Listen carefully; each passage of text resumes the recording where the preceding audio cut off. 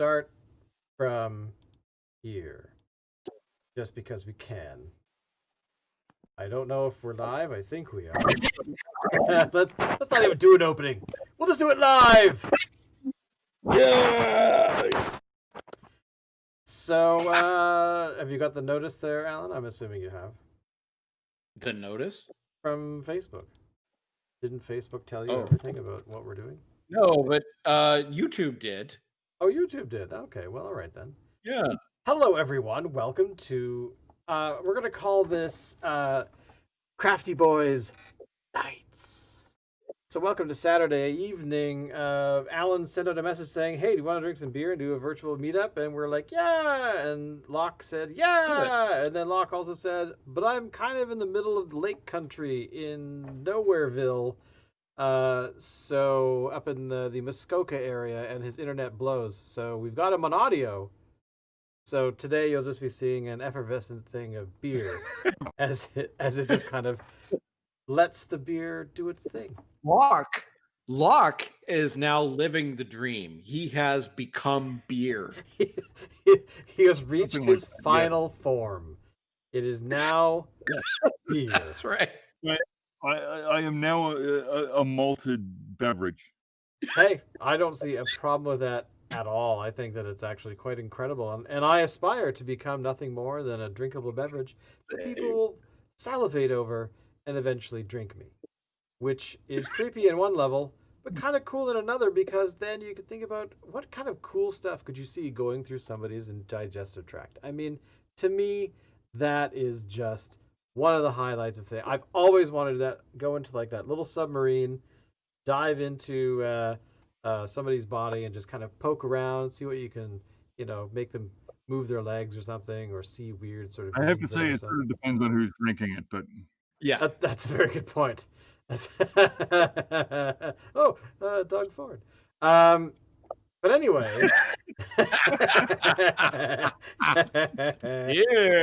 that would just be disturbing. I picture like Patton Oswalt to be like flowers and puppies or something. But anyway, boys, how are you doing? Are you saying that Patton Oswalt eats puppies and flowers? Digesting puppy parts and masticated flowers. Yes, that's exactly what I was talking about. I have to admit, I do have one of those stupid, ridiculous, it would be cool if I could do, something like that, where way back in the day, there was the 1955 film, I think, or something like that, where it was like the Incredible Voyage, or the Fantastic Voyage. We're being attacked by white blood cells or whatever. But then there was the film Inner Space that came out in the maybe late 80s, which was I want to say it was like a Donner film, but I can't remember who made it.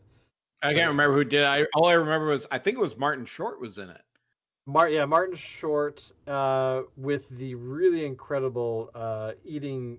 He does this scene where he's got like a headache or something, and I don't remember it's after he had Dennis Quaid injected into his body, but he does this thing where he's like, "I have a headache," and they're like, "Here, would you like some aspirin or Tylenol or whatever it is?" He goes, "Yes," and the guy goes and he puts a couple in his hand and goes to hand it to him, and then Martin Short just grabs the bottle and like slams it and just starts like chewing this like white gross sort of mass after a while, which was kind of, I found it hilarious. But one of the weirdest things. But wouldn't it be cool to like dive into somebody? I mean, come on.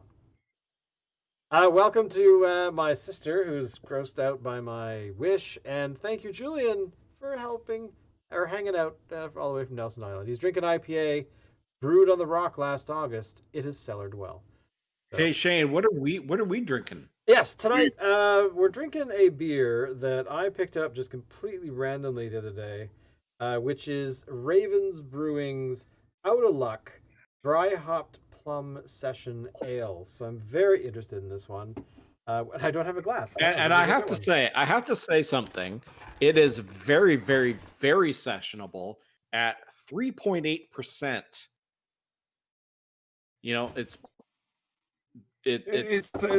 That makes it competitive with a Radler. Yes, it does. In fact, I think there are some Radlers out there that have more alcohol than this does. But How much? What is the 3.8? 10 IBU. good pick, Shane. Why did I pick? Was I drunk when I got this? What the hell? Light. It even has on the bottom of the can light beer, which of course always brings to mind the what? After I smash up your car, All you got have it towed to your house. All you got from me is light beer. I mean, who's going to pay for my dry cleaning? The taxi cab spilled it all over me when it rear-ended the car. Whatever the line is, but anyway, my sister will be able to quote that better than I could, so I'm kind of embarrassed now.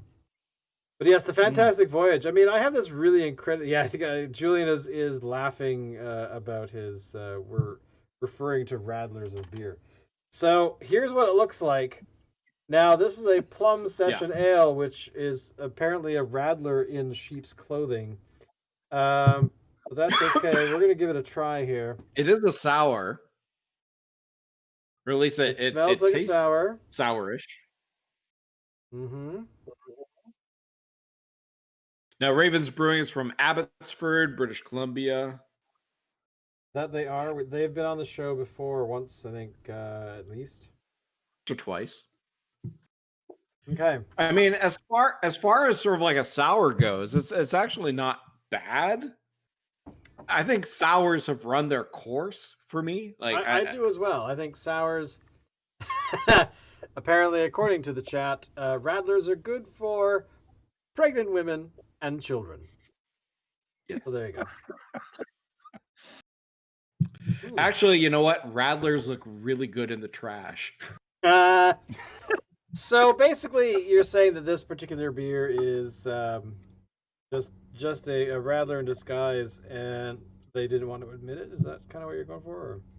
And you know what? I mean, this may not be a sour. It just has that sort of that sour kind of flavor. I can't find a list of ingredients, so I don't know if this has a lactobacillus or whatever it is. Yeah, whatever. However you pronounce it. I don't know if that's in this. You know what? It doesn't tastes matter. like it does. It tastes like a little bit like plum, and it is very light. You can tell it's more bordering on water than anything. So there you go. That is exactly what we paid for. Luckily, I think it was also a bit cheaper. I think it was like less than $5 where I got it. So see, I had to buy a 4-pack. And the 4-pack that's right. Like, you mentioned that in the back channel. You just had you had to buy the 4-pack cost me like $15.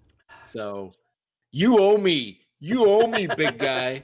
I'm just gonna go into the fridge and get that incredibly large fat tug that I have, which I do. I broke down and bought a. I know. Alan is drinking the fat tug, but the other day when I bought this can, I also decided that I had to have a bomber of fat tug. So. Sue me. So, Locke, where you are at? What are you drinking tonight? Yeah, right. So I'm back on the old the beer that I used to work for as a musician. There were back in the old days when Martin Fulton Overkill were a going concern in Calgary, Alberta. We used to play gigs for beer, and the beer was Steam Whistle. And you know what? Like, I've drunk a lot of Steam Whistle over the years. For Bog's standard lager, it's excellent. It punches harder and with more direction than most regular lagers, but it's normal lager. It's a craft lager. I think you could probably get away with saying, but only just. And that said, like what can I say? Is a Steam Whistle a Pilsner? Actually, it's a Pilsner. Yeah, I think probably it is. It does rank as a Pilsner. It's not a Czech Pilsner, so I think of it as a lager because it's frankly the hops kind of aren't all the way there. It's a Pilsner in the same No, no, no, I'm not gonna diss it that much. I was about to say that it was a Pilsner in the same sense that Keith's is an IPA. No, it's not that bad, but it's not if you're used to drinking your Czech beers, like your skunky, hop-heavy, sorta Grolsch and that, it doesn't quite do the task. It's close. It's pretty good. Yeah, we actually did steam whistle on the show not long before the pandemic started. It was like maybe 2 or 3 weeks before that. Yeah. And yeah, I've had it quite a few times, and it's very, very favorable. I'm not a big Pilsner or lager fan, but if I was going to have something like that, it would probably be steam whistle. Yeah. I agree. All right. So there we are. I'm fully behind that statement. Oh Steam yeah. whistle is an And American you know what? You know what Pilsner, I love according about to our steam? chat. What? According to our chat, the Pilsner, the steam whistle is an American Pilsner. Okay. So An there you go. American Pilsner. Yeah, I get behind that. I think that's a respectable call. I mean, I don't mind steam whistle. I think it's all right. It's not a beer that is offensive in any way that I'm aware of. I like it. I think it's all right. It's fine. Once in And a you know what? while, when you're not I like, having access to anything else. I like their the owners, how they built the company. They all worked for different breweries that were bought out by large multinational brewing companies. And so they all got together and they said, hey, let's create Hold on. You've woken the rest of it. Am I making too much noise? Was it you? Yeah. You're photographing. No, nothing of the sort. I'm doing the podcast. Yeah. Sorry, I've woken everybody up. You see, this is I thought you were alone up there. I didn't realize. Okay, we'll talk really softly now. Okay, all right. Sorry to have woken you up. Yeah, it's 2 in the morning here, so. Yeah, I didn't realize that because usually when you've been up there, you've been by yourself. Yeah. This is production quality here. Oh, it's awesome. Love it. Slice of life. Oh my Glad god, to that's help. awesome. That is So- that happens in podcasting. Never you'd never have people walking in and be like, "What the hell's going on?" That's awesome. So Locke, talk quieter, or I think we do too, because he doesn't have headphones on or anything. So Oh right, we right. Right. We have to talk like this. Right. All right. So Locke, how's things? Well, We have to make it sound like it's we have to make it sound like an easy listening radio station. You are listening to. No. If Dave were here, he'd be saying ASMR. That's true. Here we go. I got Crafty Boys ASMR. Here we are. Ready.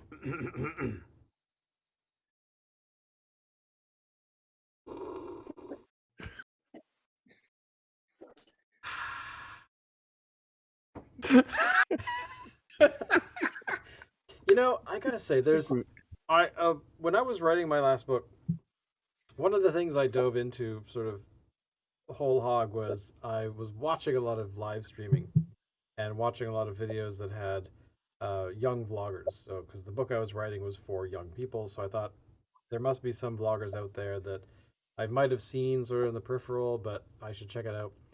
And one of those vloggers was an ASMR, or is, I would imagine she's still doing it, vlogger. And one of the things she did was she would eat French fries She bought like full honeycomb and she would eat that. She taps on her microphone and like you know it's gross. But it was kind of funny because not long after it was like well into the process of writing it, um, her channel vanished out of nowhere because she got basically YouTube told her off because her channel was too suggestive, and this girl is like 12, and or at the time she was 12. However, one of the arguments, one of the whole thing got really weird because there was like petitions online telling YouTube they had to reinstate her, which eventually they did, but they had to bring stuff back because they like to fall asleep to the podcast that she was creating. And there was another vlogger who I was also following who actually makes commentary about other vloggers, essentially like what they're doing, why they're doing it, blah blah blah. And Still very. and so what he did was he did this entire video just on this one girl about why is the petition filled with people over the age of 40 saying that they like to listen to her program while falling to sleep.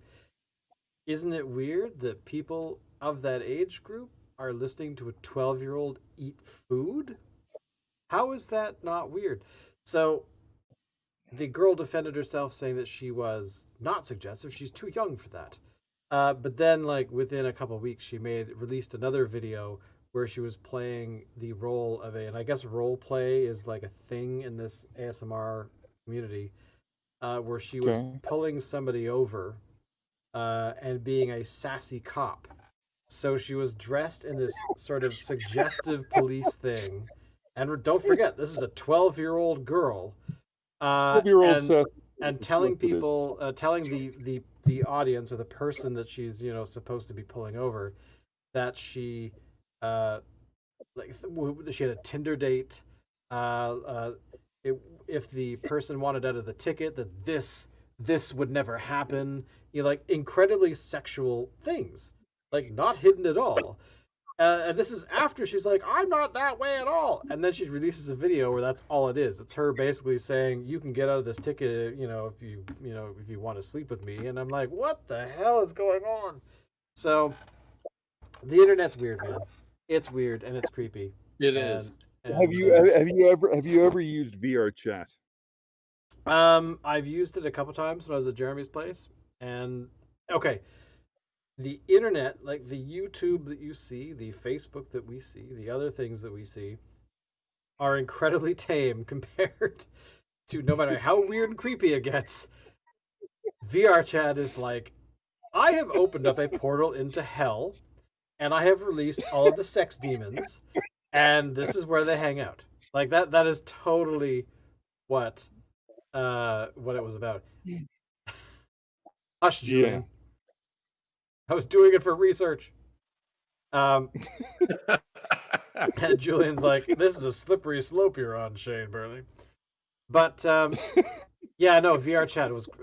You played with VR chat a little bit, right? Yeah. So I tried it in Toronto with Jer out in Vancouver, and there was very strange things going on. People's avatars and their choice of avatars. I don't know what to say. What I have to assume must have been not,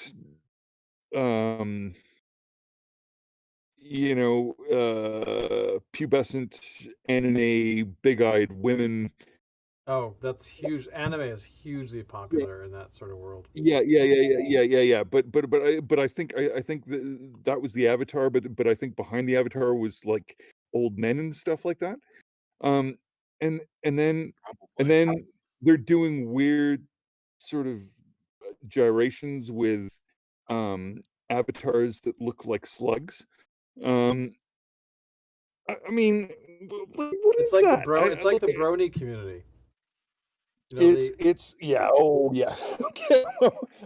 I wasn't sure if anybody even heard of that besides me. And I heard it from somebody who's normally into stuff that's like out there on the fringe. Yeah, yeah, yeah, yeah, yeah. It's sufficiently disorienting that I sort of don't even know what to say about it. yeah, I mean, if you've ever I mean, I'd heard about the brony. I mean, I work on the internet, so you see lots of things. You're like, Yeah. okay, not my thing, but whatever fills your boots. Um, but I remember hearing about the brony community, and then right around the same I time, remember like 3 documentaries came out about it, where they were following like these dudes our age. They're like obsessed with these yeah, horses, these yeah. ponies, or these horses, these ponies, and to be honest, I mean, let your freak flag fly. I mean, if that's into or if that's what you're into, then why all means. Yeah, fair enough. Yeah, yeah. But it's like there's also those creepy things where that's an offshoot of the brony community, where there's people that actually freeze their hands off their body by dousing them or soaking them in What? dry ice. You heard this? I don't want to know this. It's creepy because then they can have. Uh, sorry, I said it's an offshoot of the brony community. It's not. It's of the furry community, where if you know anything about the furries, furries are people that Yeah, like to yeah. dress up in big costumes, and quite often I gather they like to have sex orgies as animals or something. Anyway, not Yeah. my thing, but but but apparently there's like a subculture in that particular group of people that actually physically harm themselves, so that they can have paws. So they stick their hands in dry ice, which if you do that for long enough, you basically kill the skin and you dry out your hand, which then of course goes necro, and you have to basically get them amputated. And apparently this is a thing, and I would hope it's not a big part of the that culture, but so that when they get their hands amputated, then they have these bloody paws. I don't know. I don't get it. I don't understand it at all. Wow. But it's a thing. Okay. Yeah. I've actually have seen it a couple times in like the L.A. Times and stuff, and just because that was the only time I actually started going, oh my god, that's actually really a thing. Yeah. So it's just Yeah. awful. Wow. So at this point, I would like to stop the world and jump off. Yeah. No. There are Please. definitely times where you kind of read something like, didn't know that was a thing. Okay. Not All right, not bye. not gonna no, do not want. I've had a whole helping of no. Yeah. Ugh. Yeah, gotta say that. No. I mean, that leads into conversations about fetishes and things, right? About like what people are into. But in the let me bedroom ask you and stuff, this. Let me ask you this. Yeah. Did that culture exist? Any of these cultures exist before the advent of at least social media? Maybe Oh, they maybe existed. They existed forever. It's well documented. I mean, if you jump into any history book, you're eventually going to run into I don't know. maybe we Nuns should being find a way to spanked blame by death priests. metal Well, music. I don't know about brony. Well, okay, there are definitely going to be some things that would never have sort of come up unless. But yeah, no. Look, in the 18th century, your transsexual crossdresser community totally existed. There were mollies. They were like a Sure. gang. And then there was God, what the hell was can't remember the name, but there was a character that nobody could correctly identify the gender of, who Benjamin Franklin used to correspond with when he was living in Paris. I was actually reading. Sorry, keep going. I was just reading a little bit about something similar to that. Okay, sorry, keep going. Yeah, I mean, I mean, evidently back in the early, but back then, interestingly enough, they didn't have any particular language for it. Like it wasn't like that was a different kind of person. That was just somebody that was doing something that was different than what other people were doing, right? Like, sure, there were religious purges, and that was for anybody that had sex outside of wedlock generally. But there wasn't special language for people that had weird kinks. Hmm. Okay, so I guess what we're getting at is there's always been weird kinks. Yeah, but it wasn't an identity. It wasn't something that people were like, "That's who I am." It was just, "That's something that I do," right? Yeah. I mean, there's a show that I just started watching called. Hang on, I'll look it up because. That's a Did you ever weird watch name. Scott and Bailey? Locke? Ooh, no. Is it good? Scott and Bailey is basically like a British version of Cagney and Lacey. Okay. It ran for about 5 seasons or so, but the actress slash producer, and I'm gonna butcher her first name, is Saran Jones or Serene Jones, Saran Jones, Hmm. something like that. Hmm. An actress you've probably seen everywhere, but if you've watched the BBC at all, but she's in Yeah. a show right now that started just last year called Gentleman Jack, where she Oh, plays yeah. Sally Wainwright. So, um, Mm. so it's basically she's been off in wherever the hell she was. She was in somewhere near south of England on the ocean. But Yeah. basically, she's returned. She was in Halifax. That's where she was, or she's returned to Halifax, uh, up near in West Yorkshire somewhere, and so she's returned. Her father's elderly; he's in his 80s or something. So she has to take over the family. Sort of, they own property and rental stuff and whatnot. So, um, anyway, so why the hell was I talking about this? Oh yeah, so basically, yeah, but they delve very deeply, from episode one onward, um, into the sort of issues of what it was like to be, well, in this show, a lesbian in the 1830s. I mean, um, it was talked about, Yeah. everybody knew, but George no one George talked about it. Sand. George Sand was maybe in that line as well.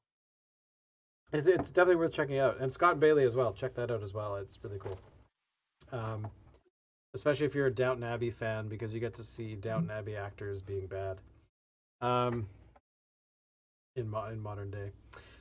But apparently, Julian is really upset that we're talking about like tame things. We should be talking about the virus. I mean, what's going on with that right now? I mean, what's going Virus down? is there. It's there. It's kicking around. It's kind of like waiting in the weeds a little bit for us to let our guard down. That's gonna go. Apparently, Florida is, from what I was reading the other day, is just kicking off a spike of all spikes, Yeah. which has reversed I gather from what I've read so far, has reversed the trend of, as time has gone on, the virus infections have been going down, but now it's apparently started going up again. Have either of you guys ever been to Tampa? No. I haven't, but I'm betting glad you haven't been there. Or, sorry, wait, Right, yeah, you didn't stay there. Didn't stay there, yeah. So Tampa, Florida, it's like sexy hot beaches surrounded by palliative care wards. That doesn't surprise me. Yeah. And it seems to me that all you need is for something to get loose in one of those, and you've got a spike. Right. Yeah, I mean, Well, especially considering they're not respecting like physical distancing and all that kind of stuff there. I mean, Yeah. I mean, if you look at any of the numbers of any kind, I mean, it's right now, it's started to kind of go down a little bit, but now over the past 2 weeks, it's started going back up. Like It's like people just forgot. But it will here too. I mean, oh yeah, it's we're going to happen everywhere. reopening. I mean, yeah, it's going to happen here. I mean, it's like the the NHL, the NBA, all these sorts of organizations have been trying to get have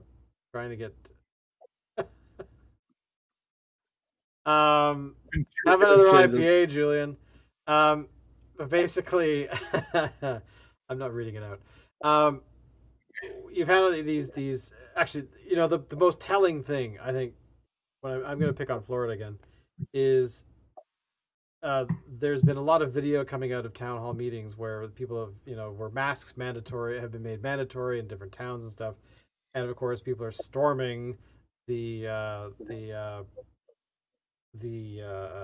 town halls when they have or the city halls when they have these openings to talk to people, the public, and every single one of them is like some crackpot crazy person who talks about God, 5G, the chemtrails, everything, any conspiracy theory out there. The coronavirus is it's a 5G conspiracy, right? Like it's a 5G conspiracy. Not to mention, and it was the funniest one I heard was this one lady was talking about how 6 feet apart is actually military distancing for marching or something, and basically she was saying that the public was being trained to be militarized or some, like, it was fucking crazy. But here's the thing: there's been a bunch of these videos being posted online because they are crackpots and they're unfortunately just not smart enough to realize that they're crazy. I'm sure they're very nice people, but the thing is, they've been all coming to these meetings. They've been they've been going up to the mic to have their 30 seconds or minute or whatever it is to talk, and then they talk about all this crazy bullshit, and then somebody took the television show Parks and Rec, and if you've ever watched Parks and Rec, it's all about small government at the town level and that kind of thing, and how they have to hold these town halls to be able to get the input from the public and all these kinds of things, and they always turn into these shit shows where people are, their eyes are going crossed and they're kind of looking at people like, what did you smoke before you came in, because you're obviously crazy. And they intersperse those scenes from the show with these videos that have come out over the past couple of weeks. And it's absolutely brilliant because if you're not paying attention, you would think that was an episode from that program. Like, it was hilarious. So you have these comedic actors doing these really amazing sort of reaction shots constantly to these really unfortunately just nutsoid people. And by the way, the big thing for all these videos, the common thread for all of them is that they're fighting against mandatory masks. They don't want to wear a mask because it's against the Constitution. I've heard some of the impassioned outcries about the evil of mandatory masks. It's worse than stabbing babies with forks and stuff. That is the passion that they have to complain. That's basically what you would think. Let's talk about masks for a minute. Let's talk about them. Yeah. All right. So, I mean, I'm not really, if they make masks mandatory, that's fine. It is. But as somebody who has worked in the healthcare field 25 years, and I've had to work with infection control issues for most of that time. One thing that we have been told is that cloth masks, non-medical masks, are essentially useless.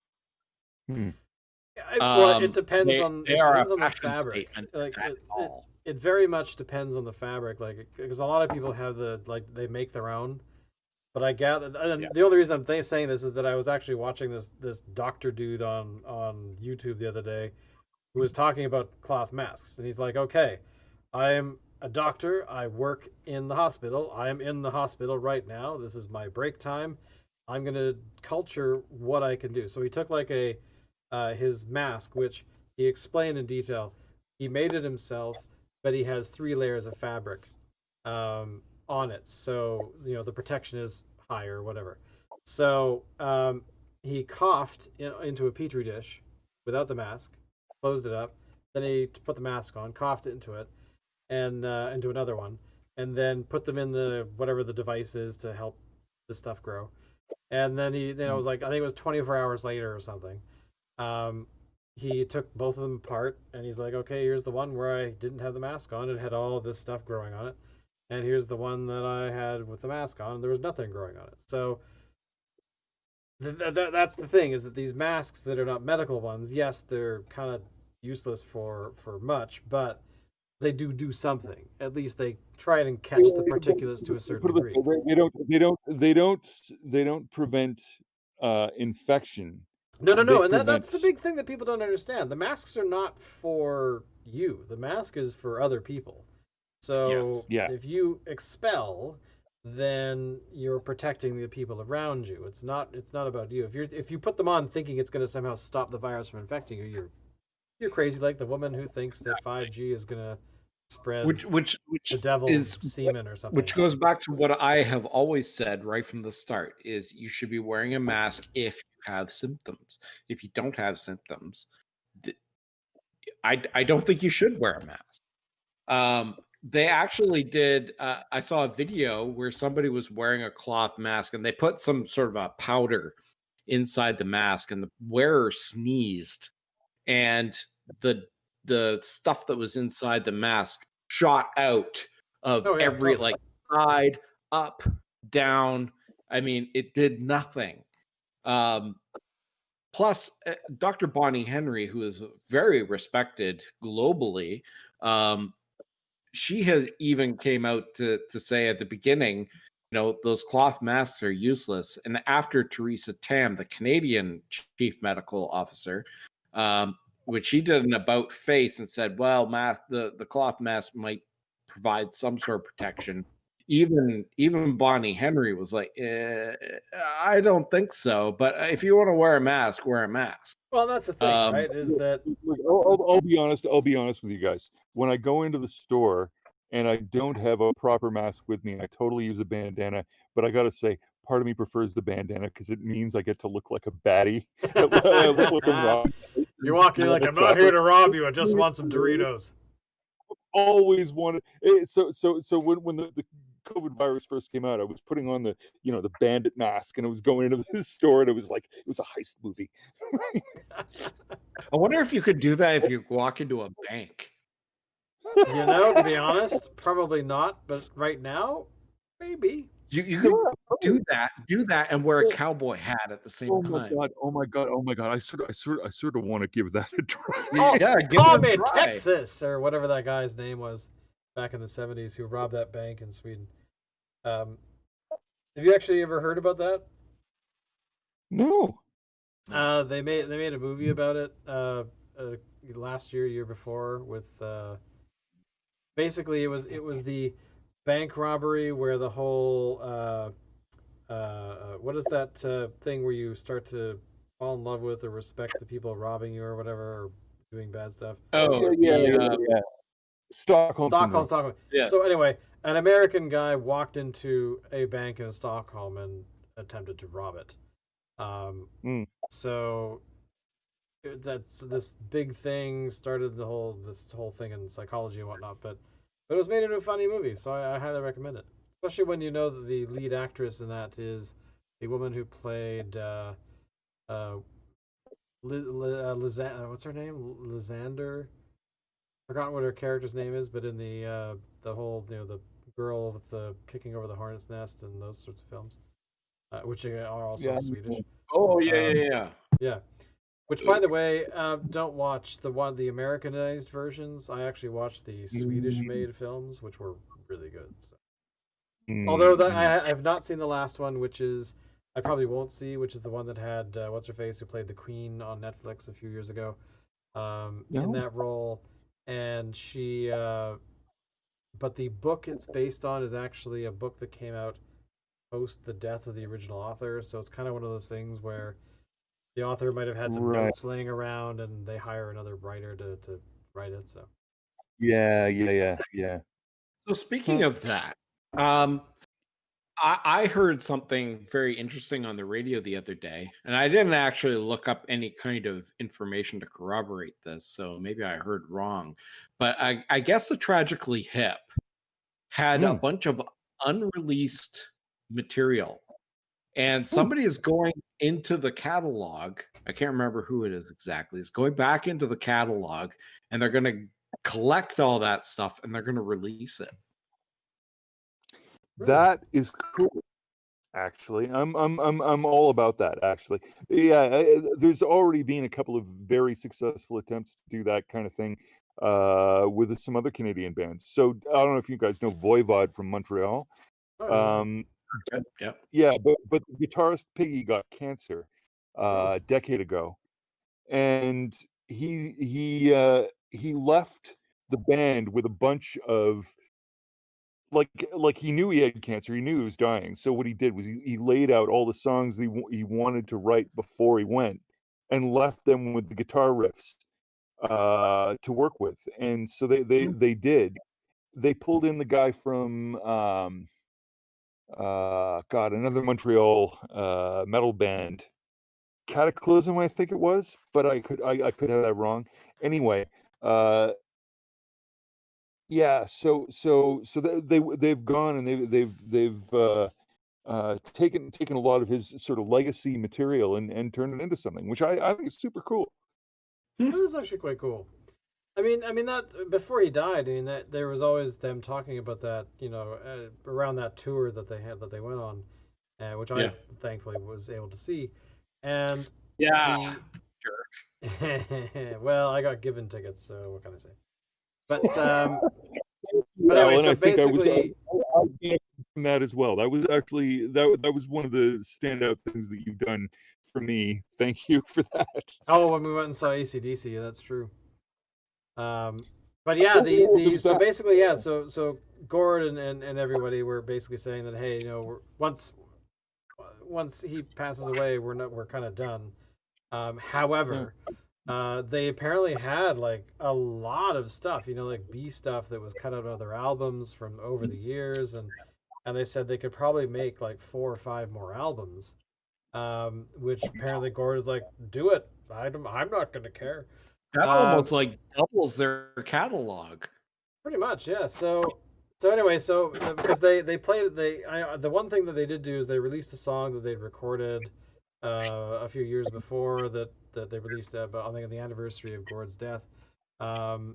So I don't know. It's just all of these really cool things that that you can do, and I mean, they've done that with, I think, the Beach Boys. They've done it with like a bunch of sort of big name bands. Actually, I gather there's an album coming out not next year, but the year after, in like 2022.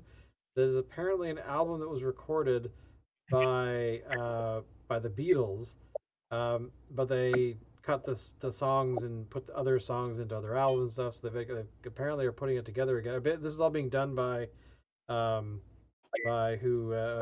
Ringo, who just released another album, by the way, which was actually quite good. So he's apparently doing this whole thing because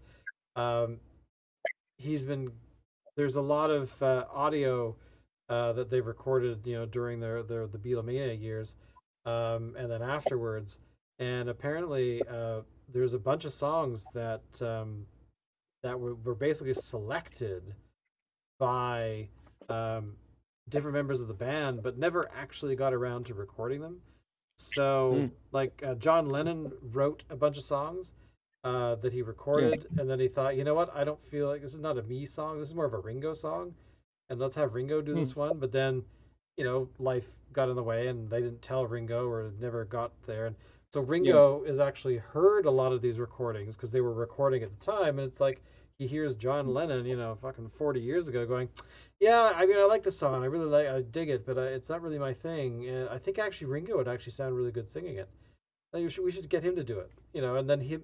Can you imagine like hearing that years and years, decades later? That'd be eerie. That'd be very eerie. Yeah, but at the same time, well, Ringo, and during this interview that I heard of him a couple weeks ago, he was basically saying, yeah, it's creepy and awesome, but at the same time, we spent so much time together, and we were so together for so long, and even after the Beatles petered out, we were still together, playing stuff, and to hear that sort of stuff where you have long gone, like friends who have been gone for a long time, being able to hear their voice and say something nice about you, just to, let's get him to record that because that's cool, and then but learning about it later on, and then so that's basically what he did is this last album he's got a bunch of songs in there that were written by Lennon that were written for Ringo, and so it's kind of neat. It's kind of neat.